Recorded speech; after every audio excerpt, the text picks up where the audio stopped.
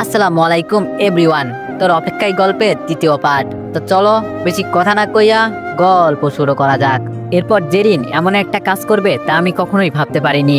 জেরিন আমার সামনে হাঁটু গেড়ে বসে বলতে লাগলো, মিষ্টি হেসে কথা বলে পাগল করে দিলে, তোমায় নিয়ে হারিয়ে যাব আকাশের নীলে, তোমার জন্য মনে আছে অফুরন্ত আশা, সারা জীবন পেতে চাই তোমার ভালোবাসা, আমি তোমাকে আমার বলা সব কথার চেয়ে বেশি ভালোবাসি, আমি তোমাকে আমার করা সব কাজের চেয়ে বেশি ভালোবাসি, আমি তোমাকে এখানে শেষ পর্যন্ত ভালোবেসে যাব। আমি জেরিনের কথাগুলো শুনে থ হয়ে দাঁড়িয়ে রইলাম। এইসব কি বলছে জেরিন? আমি বললাম, দেখো জেরিন, আমি তোমাকে ভালোবাসতে পারবো না। জেরিন বলল, কেন পারবে না? তুমি তো এইমাত্র বলেছ আমাকে কেউ ফিরিয়ে দিবে না। প্রপোজ করলে তাহলে তুমি কেন ফিরিয়ে দিচ্ছ? আমি বললাম, দেখো আমি অন্যের কথা বলছি, এই বলে যে আমি এটা নিজের জন্য বলবো এটা না, আমি তোমাকে একসেপ্ট করতে পারবো না। জেরিন বলল, কেন? আমার মধ্যে কি কমতি আছে একবার বলো। আমি বললাম, তোমার মধ্যে কোনো কমতি নেই, আমি তোমাকে ভালোবাসতে পারবো না। আমি চাই না আমি আবারও কারোর মায়াতে পড়ি, আমি চাই না আমি আবারও কারোর অবহেলায় কষ্ট পাই, আমি নিজের মতো করে নিজের শহরে বাঁচতে চাই, কাউকে লাগবে না আমার। জেরিন বলল, শুভ, সবাই কিন্তু এক না। আমি বললাম, এটা ঠিক, সবাই এক না, কিন্তু আমি তো একজন, তাই আমি আমার জীবনে আর কোনো কষ্ট পেতে চাই না, আমি আমার মতো থাকতে চাই, বুঝলে? জেরিন বলল, কিন্তু আমি যে তোমাকে অনেক ভালোবাসি, আমার কি হবে? আমি বললাম, দেখো এই এক সপ্তাহে কোনো ভালোবাসা জন্ম নেয় না, এটা শুধু আবেগ, তাই আবেগটা উঠে গেলে সব ঠিক হয়ে যাবে। জেরিন বলল, কিন্তু আমি আর কথা বলতে না দিয়ে বললাম, দেখো তুমি আমার থেকে ভালো কাউকে খুঁজে নিও, আমি তোমার যোগ্য না ভাই, এই বলে আমি চলে আসতে লাগলাম। জেরিন চিৎকার দিয়ে বলল, আমি তোমাকে ভালোবাসি আর তোমাকে বাসবো আর তোমার অপেক্ষায় থাকবো।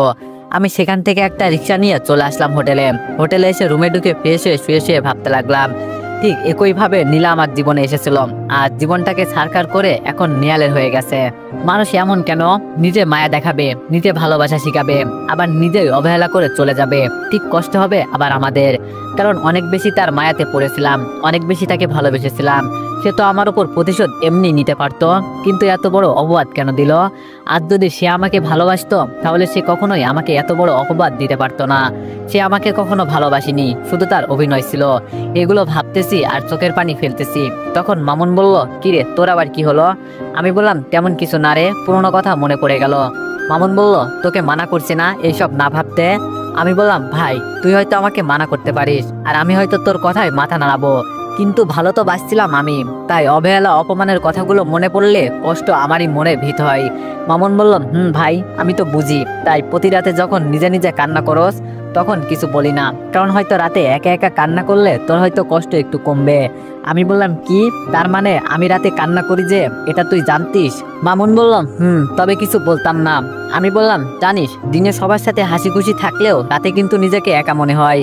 জানিস আমার শুধু একটা কথা ভেবে কষ্ট লাগে, যেই বাবা আমার সাথে বন্ধুত্বের মতো থাকতো আর সেই বাবা আমাকে চিনল না, আমাকে ইফতিজার বলছে। জানিস তখন আমার প্রচুর কষ্ট লাগতো, যখন আমি খাবার খেতে বসলে বাবা না খেয়ে উঠে যেত। এটা বলে কান্না করতে লাগলাম। মামুন বলল, ভাই কান্না করিস না, সব ঠিক হয়ে যাবে, চল একটু নদীর ধার থেকে ঘুরে আসি। আর আজ রাত 8টা বাজে আমাদের ট্রেন, বুঝতে পারলি? আরো 1.5 ঘন্টার সময় আছে, কিছুক্ষণ ঘুরি, তোর মনটা ভালো হয়ে যাবে। আমি বললাম, চল তাহলে। তারপর আমি আর মামুন চলে আসলাম নদীর ধারে বেড়াতে। এইদিকে বাবা বলল, আফরিন তোর মাকে বল না আমার সাথে একটু কথা বলতে, আমি আর এই অবহেলা সহ্য করতে পারছি না। আম্মু বলল, আফরিন ওনাকে বলে দে, সে এই সামান্য অবহেলা সহ্য করতে পারে না, তাহলে আমার ছেলে কিভাবে সহ্য করছে? বাবা বলল, প্লিজ তুমি আমাকে ক্ষমা করে দাও, আমি আর এমনটা করব না, তুমি তোমার ছেলেকে বলো চলে আসতে, আমি আমার ছেলেকে না দেখলে কেমন কেমন লাগে। আম্মু বলল, কেন আবার অবহেলা করতে নিয়ে আসতে বলছেন? না আমি একদম আসতে বলবো না, শুভ ওখানেই ভালো থাকবে। আফরিন বলল, তোমরা কি শুরু করে দিলে? বাবা তুমি জানো না তোমার ছেলে কেমন? একবার তো পারতে সবকিছু যাচাই করতে, তা না করে হ্যান ত্যান বললাম, তারপরও তার সাথে ঠিক মতো কথা বলতা না, আর আবার কেউ খুঁচা মেরে মেরে কথা বলতা। এখন কি হবে? ভাই তো চলে গেছে, এখন তোমরা এইসব নিয়ে কথা কাটাকাটি করে কোনো লাভ আছে? মা বলল, আমি তো সেটাই বলছি, ওনাকে বলিস আমার সাথে যেন কথা না বলে। এই বলে মা সেখান থেকে চলে গেল। বাবা বলল, মা আমি তো অনেক খুঁজেছি কিন্তু ওকে তো পাই না, কিভাবে পাবো? সে তো সিম চেঞ্জ করে দিয়েছে। আফরিন বলল, আরে বাবা হারিয়ে যাওয়া মানুষকে পাবা, কিন্তু নিজেকে লুকিয়ে ফেলা মানুষকে নয়। এই বলে চলে আসলো আফরিন। এইদিকে আমি আর মামুন কিছুক্ষণ ঘোরাঘুরি করে রুমে এসে ফ্রেশ হয়ে রেডি হয়ে দুইজন চলে আসলাম রেল স্টেশনে। মনি ভাবি আসবে না, তিনি কয়দিন থাকবে, তাই আমরা দুইজন যাচ্ছি। তারপর ট্রেন আসতে আমরা দুইজন ট্রেনে উঠে গেলাম, দুইজন একসাথে বসেছি। এইদিকে নীলা শুয়ে শুয়ে ভাবতেছে, আচ্ছা আমি তো শুভকে অনেক খারাপ অপবাদ দিয়েছি, সে কি আমাকে ক্ষমা করে দিবে? আর তাকে তো কলেজেও দেখি না, কেমনে ক্ষমা চাইবো? আর ক্ষমা করলেই কি না করলেই কি, আমি জাস্ট আমার কর্তব্য পালন করব। যেহেতু আমার ভুল হয়েছে তাই ক্ষমা আমাকে চাইতেই হবে। প্রায় 5টা ঘন্টা পর আমাদের শহরে পৌঁছে গেলাম। আমি এখন নিজের বাসায় যাব না, আজ মামুনদের বাসায় থাকবো, তাই চলে গেলাম মামুনদের বাসায়। সকালবেলায় ঘুম থেকে উঠে আমি আর মামুন নাস্তা করলাম একসাথে। তারপর আমি আমার ব্যাগ নিয়ে আঙ্কেল আন্টিকে বললাম আমি চলে যাচ্ছি। আন্টি বলল, কি বলো? আজ দুপুরের খাবারটা না হয় খেয়ে যাও। মামুন বলল, আরে আজ থেকে যা, দুপুরে খেয়ে যাবি। আমি বললাম, না রে, মা অনেক কান্না করছে, আজ না আন্টি, আরেকদিন এসে খেয়ে যাব। আঙ্কেল বলল, তারপরও আরেকদিন কেন, আজকে খেয়ে যাও। আমি বললাম, আরে না আঙ্কেল, আম্মুকে অনেকদিন হয় দেখি না, আজ না, চল মামুন আমাকে দিয়ে আয়। তারপর তাদের অনেক কষ্টে বুঝিয়ে মামুনকে নিয়ে আমাদের বাসার সামনে চলে আসলাম। আমি বললাম, দোস্ত বাসায় চল। মামুন বলল, না রে, আরেকদিন, এমনিতেই কলেজে অনেকদিন যায় না, আজ একটু ঘুরে আসি। এই বলে মামুন চলে গেল, আমাকে কথা বলার সময় দেয়নি। তারপর আমি আমার বাসার সামনে এসে কলিং বেল দিতে আপু দরজা খুলে দিল। আপু বলল, কে আপনি, এখানে কি চান? আমি বললাম, আমি কে মানে, ছোট্ট, মজা করিস না, অনেক ক্লান্ত লাগছে। আপু বলল, এই বিয়াদব, আপনি কে? হঠাৎ জানা নেই বলা নেই অন্যজনের বাসায় ঢুকছেন কেন? আম্মু বলল, কি রে, ওখানে কে এসেছে, এত চিৎকার কেন করছিস? এই বলে মা দরজার সামনে আসতেই আমাকে জড়িয়ে ধরে কান্না করে দিল। আম্মু বলল, বাবা তুই আইছিস, তোকে ছাড়া আমার একদম ভালো লাগছিল না এতদিন, তোকে আর কোথাও যেতে দিব না, তোর পড়ালেখা করা লাগবে না, আমি তোকে আমার কাছে রেখে দিব। আমি বললাম, আরে মা, তোমার এই অবস্থা কেন? আর কান্না করো না তো, তোমার কান্না আমি সহ্য করতে পারি না। আম্মু বলল, তাহলে আমাকে ছেড়ে চলে গেলি কেন? আমি বললাম, আমি এমনি ঘুরতে গিয়েছিলাম, আর তোমাকে মিথ্যা বলার জন্য সরি। আম্মু বলল, তাহলে আর যাবি না? আমি বললাম, না, আর যাব না তোমাকে ছেড়ে। আম্মু বলল, সত্যি তুই আমাকে ছেড়ে যাবি না? আর এই বলে আমার কপালে একটা চুমু দিল। আমি বললাম, যাব না, এখন আমি অনেক ক্লান্ত, একটু রুমে গিয়ে রেস্ট নি, কেমন, পরে তোমার সাথে গল্প করব।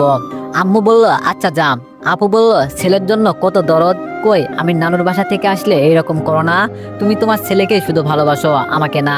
আম্মু বলল, ধুর বোকা, আমি তোদের দুজনকে ভালোবাসি, বুঝলি? আপু বলল, জানি আমি কতটা ভালোবাসো। এই বলে চলে গেল আপু। আমি আমার রুমে এসে ফ্রেশ হয়ে ঘুমিয়ে গেলাম, কারণ কাল রাতে গাড়িতে তেমন ঘুম হয়নি।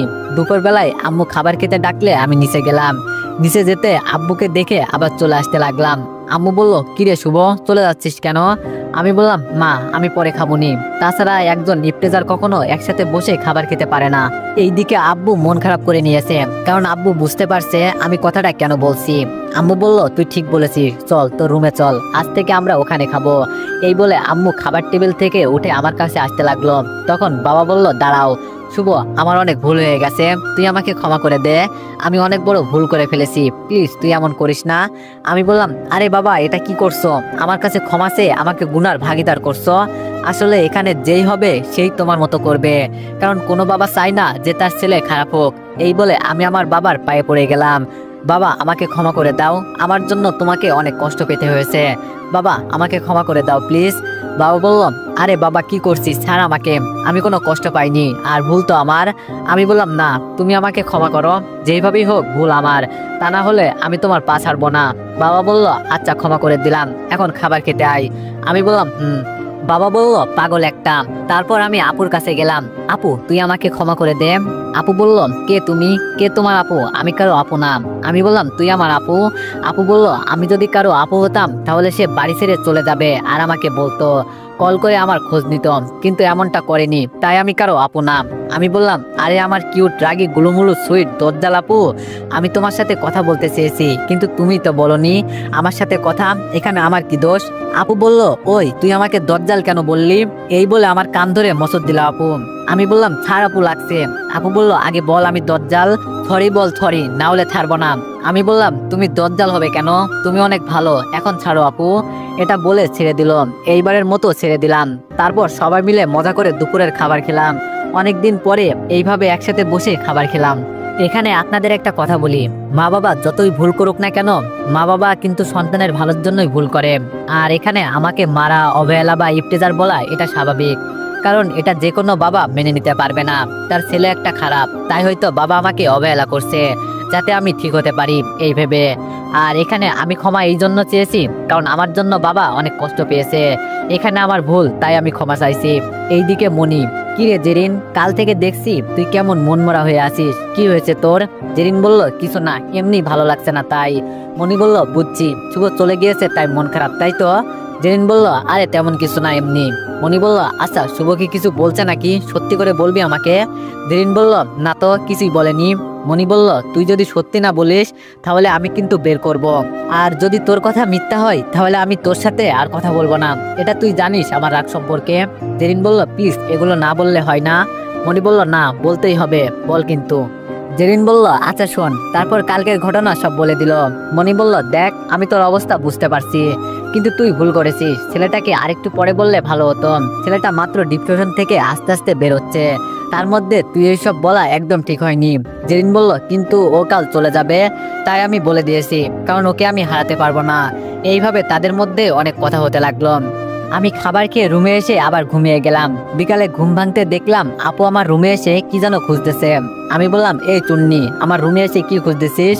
আপু বলল, কই কিছু না তো, এমনিতেই তো রুমটা দেখতে আসলাম। আমি বললাম, কি ব্যাপার? এমনিতে তো রুম গুছিয়ে দিতে বললে সহজে গুছিয়ে দিস না, তাহলে এই আসল কথা বলতো আপু। এইবার আপু আমার কাছে এসে হাত পা টিপতে টিপতে বলল, ভাই, ও ভাই, তুই আমার লক্ষ্মী ভাই, আমার জন্য কক্সবাজার থেকে কি এনেছিস বল না? আমি বললাম, ও এই ব্যাপার, আমি তোর জন্য কেন কিছু আনবো? আপু বলল, কেন আনবি মানে? আমি তোর বোন তাই। আমি বললাম, তাই বলে আনতে হবে নাকি? আমি কিছু আনিনি, তুই যা তো এখান থেকে। এটা বলতেই আপু আমার সুন্দর চুলগুলো টান দিয়ে বলতে লাগলো, হারামি, আমি তোর পা টিপছি, এটা আমার লস হয়েছে, এই তোর পা টিপার জন্য আমাকে টাকা দে।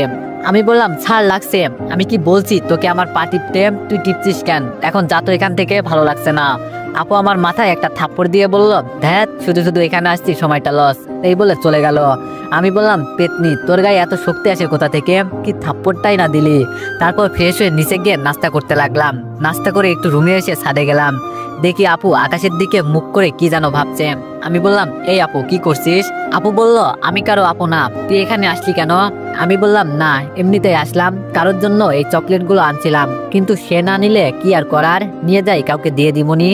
আমার এই কথাটা শুনে আপু তাড়াতাড়ি আমার দিকে ঘুরে, কই দেখি, তাড়াতাড়ি দে, এই বলে ছো মেরে আমার হাত থেকে চকলেটগুলো নিয়ে নিল। আমি বললাম, এই এটা কি হলো, পুরো বক্স কেন নিয়ে নিলি, সেখান থেকে আমিও খাবো। আপু বলল, এই যে আপনি কে, আমি তো আপনাকে চিনি না, দেখছেন নি, চকলেট না দেওয়ার জন্য সে আমাকে চিনতে পারছে না, কি হারামি রে বাবা। আমি বললাম, এই আপু আমাকে একটা দে না। আপু বলল, এই যা যা, দূরে যা, আমার চকলেটের উপর চোখ দিবি না। এই বলে আপু দৌড়ে রুমে চলে গেল, আর আমি আপুর কাণ্ড দেখে হাসতে লাগলাম, পাগলি একটা।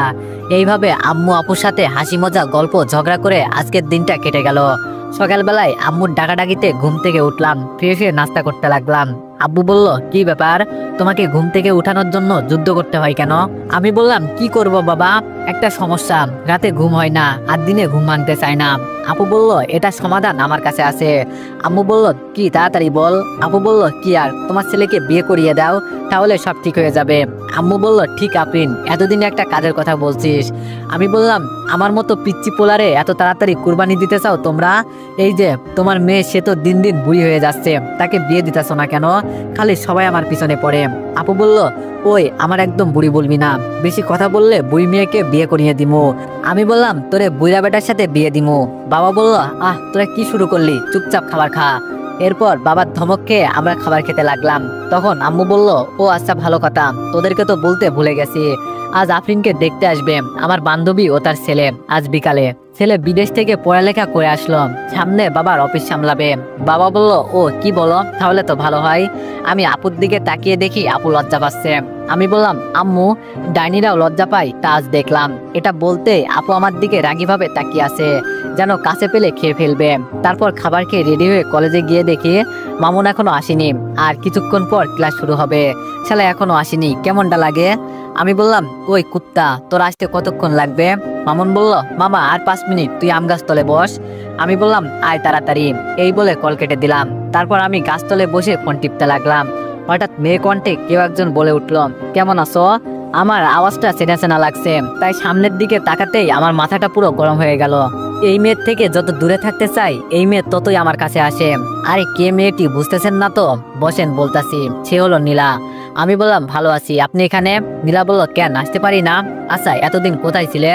আমি বললাম কোথায় ছিলাম সেটা আপনাকে বলতে বাধ্য নয়, আর আপনি আসতে পারেন। আচ্ছা আপনি যে এখানে আসছেন, আমি যদি আপনাকে টিস করি, মানে আমি তো একজন নিপটেজার, তাই বললাম। নীলা বলল তুমি সেই কথাগুলো এখনো মনে রাখছো? আমি একটু হেসে বললাম এই কথাগুলো ভুলে যাওয়ার নয়, এগুলো মনে রাখবো না তো কি রাখবো? ক্ষত সেরে গেলেও ক্ষত দেওয়ার মানুষটিকে ভোলা যায় না। নীলা বলল আচ্ছা ওই দিনের জন্য সরি, আমাকে ক্ষমা করে দাও। আমি বললাম আরে কি বলছেন আপনি, এখানে আপনার কোনো ভুল নেই, আপনি ঠিক কাজ করেছেন। আর যদি আপনি বুঝতে চান আপনি ভুল করেছেন, তাহলে আপনি আমার হারানোর দিনগুলো ফিরিয়ে দিন। কি দিতে পারবেন? সেই হারানোর সম্মানটুকু আমাকে ফিরিয়ে দিন। কি দিতে পারবেন? না, কখনোই পারবেন না সেই দিনের সেই সম্মান ফিরিয়ে দিতে, তাই কখনো ক্ষমা চাইতেও আসবেন না। জানেন কাজ ফাটলের চেয়ে ভেঙে গেলে ভালো হয়, কারণ ফাটল না বাঁচতে দেয় না মরতে দেয়। নীলা আমার কথাগুলো শুনে মাথা নিচু করে দাঁড়িয়ে আছে। আমি পিছনে তাকিয়ে দেখি মামুন আসতেছে, তাই আমি সেখান থেকে চলে আসলাম। মামুন বলল কি রে, ওই মেয়ের সাথে কিসের কথা বললি? আমি বললাম আর বলিস না, জুতা মেরে গরুদান করতে আইছে। মামুন বলল মানে? আমি বললাম আরে আগের ঘটনার জন্য ক্ষমা চাইতে আইছে। মামুন বলল তো তুই ক্ষমা করে দিছস? আমি বললাম তোরে কি আমার পাগল মনে হয়? এত কিছুর পর ওকে আমি ক্ষমা করব কি করে? আমি কইছি ক্ষমা চাইতে হলে আগে অতীত ফিরিয়ে দিতে হবে, সম্মান ফিরিয়ে দিতে হবে, তারপর আর কি। মাথা নিচু করেছিল আর আমি তোর কাছে চলে আইছি। মামুন বলল একদম ঠিক করছস, ওই মেয়ের সাথে আর যেন তোকে কথা বলতে না দেখি, তাহলে আমার থেকে খারাপ কেউ হবে না। জানিস জীবনে অর্ধেক দুঃখ আসে ভুল মানুষের কাছ থেকে প্রত্যাশা করে, আর অর্ধেক দুঃখ আসে ভুল প্রত্যাশা থেকে। একসময় যাদের আমরা আমাদের সহানুভূতিশীল মনে করতাম, তারাই আজ আমাদের কষ্টের কারণ হয়ে দাঁড়িয়েছে। মামুন বলল রে তুই ঠিক বলেছিস, সমস্যাটা এই নয় যে ভাগ্য তোকে ঠকালো, তুই হেতির প্রতি বিশ্বাস রেখেছিলি, ভাগ্যে নয়। আমি বললাম আরে বাদ দে তো, চল ক্লাসে চল। এই বলে ক্লাসে চলে আসলাম দুইজনে। এইদিকে নীলা আমার কথায় মন খারাপ করে বাসায় চলে আসে আর ভাবতে লাগলো আসলেই তো আমি ছেলেটাকে অনেক কষ্ট দিয়েছি, সামান্য প্রতিশোধ নিতে তার মান সম্মানের কথাও একবারও ভাবিনি। এইদিকে নীলা এইসব ভাবতেছে, আর ওইদিকে নিহাল নীলাকে একের পর এক কল দিয়ে যাচ্ছে। তখন নীলা ফোন ধরে বলতে লাগলো কি হয়েছে, ফোন কেটে দিচ্ছি যে বুঝতে পারছো না? নেহাল বলল বাট কি হয়েছে তোমার? আর কলেজ থেকে এইভাবে চলে গেলে কেন? বলেও তো গেলে না, ডাকছিলাম সাড়া দেওনি কেন, কি হয়েছে? নীলা বলল ভালো লাগছে না, তাই ডিস্টার্ব করিও না তো, ফোন রাখো। এই বলে নীলা ফোন কেটে দিল। নেহাল বলল কি ব্যাপার, আজ দেখলাম শুভ আইছে আর নীলা মন খারাপ করে চলে গেল, আর আমার সাথে কেমন করে যেন কথা বললো, কিছু একটা হয়েছে, জানতে হবে। আমরা একে একে সব ক্লাস শেষ করে মামুনের সাথে কিছুক্ষণ আড্ডা দিয়ে বাসায় চলে আসলাম। বাসায় এসে ফিরে এসে বিছানায় শুতেই ফোনটা বেজে উঠলো। তাকিয়ে দেখি জেরিন। আমি বললাম হ্যালো। জেরিন বলল কেমন আছো? আমি বললাম ভালো, তুমি? জেরিন বলল ভালো কি করে থাকি বলো তো, তুমি তো আর কাছে নেই। আমি বললাম মানে তোমাকে না বলছি এসব কথা না বলতে? জেরিন বলল তো তুমি মানা করছো আমি শুনছি। আচ্ছা আমরা কবে বিয়ে করছি? আমার না অপেক্ষা করতে ভালো লাগছে না। আমি বললাম এই মেয়ে নিশ্চিত পাগল হয়ে গেছে। জেরিন বলল শুধু তোমার জন্য। আমি বললাম এইসব আদায়রা কথা বাদ দাও, কি বলবা বলো। জেরিন বলল ভালোবাসি, শুধু তোমাকে ভালোবাসি। আমি একটা মুচকি হাসি দিয়ে বললাম ধ্যাত পাগল একটা, বলেই ফোন কেটে দিলাম। জেরিন বলল তুমি যতই আমাকে পাত্তা না দাও এটাতে কিছু হবে না, শেষ পর্যন্ত আমার গলাতেই ঝুলতে হবে। এইদিকে জেরিনের সাথে কথা বলে ফোন রাখতে আম্মু খেতে ডাকলো। তারপর আর দেরি না করে খেতে গেলাম। খাওয়া দাওয়া শেষ করে আম্মু হাতে কিছু টাকা আর একটা লিস্ট ধরিয়ে দিয়ে বলল যা এইগুলো বাজার করে নিয়ে আয়। আমি বললাম কেন? আম্মু বলল তোর আপুকে দেখতে আসবে না। আমি বললাম ও। আম্মু বলল তাড়াতাড়ি যা, অনেক কাজ। আর এখানে ডিমের কথা লেখা হয়নি, 20টা ডিম আর 3 কেজি ডাল আনবি। আমি বললাম আচ্ছা, বলেই বাইরে চলে আসলাম। তারপর বাইক বের করে 1 ঘন্টার মধ্যে বাজারে আসলাম। বাবা কি জ্যাম রাস্তায়। তারপর লিস্টে দেওয়া সব বাজার করে যখনই চলে আসতে যাব, তখন ডিম আর ডালের কথা মনে পড়লো। তাই তাড়াতাড়ি দোকানে গিয়ে বললাম মামা 3 কেজি ডিম আর 20টা ডাল দিন। এই কথা বলতে দোকানদার আমার দিকে তাকিয়ে থাকলো। আমি বললাম উফ, তাড়াহুড়ো করে কি বলতে কি বলে ফেলেছি, মামা 3 কেজি ডাল আর 20টা ডিম দিন। তারপর সব বাজার শেষ করে বাড়িতে গিয়ে মাকে বাজার হাতে দিয়ে বললাম এই নাও তোমার বাজার। আমি গেলাম, অনেক ক্লান্ত, তাই রুমে এসে ফ্রেশ হয়ে বিছানায় গায়ে লিয়ে দিলাম। সন্ধ্যাবেলা আম্মু ডাক দিল। আমি বললাম কি হয়েছে, ডাকো কেন? আম্মু বলল তোর আপুকে দেখতে আইছে, তাড়াতাড়ি নিচে আয়, আমার সাথে কাজে হাত বাড়াম। আমি বললাম তোমার মেয়ে কই? এটা বলতেই আম্মু আমার মাথায় একটা থাপ্পড় দিয়ে বলল ওই ও তো এখন সাজুগুজু করছে, তুই তাড়াতাড়ি আয়। তারপর আর কি করব, আমি ফ্রেশ হয়ে নিচে যেতে আমার চোখগুলো ডিমের মতো বড় বড় হয়ে গেল। এই মেয়ে এখানে কেমনে? তো এভরিওয়ান, নেক্সট পার্টের জন্য সবাই অপেক্ষা করো, আর সবাই একটু বেশি বেশি কমেন্ট আর একটু বেশি বেশি লাইক করে দিও। ধন্যবাদ।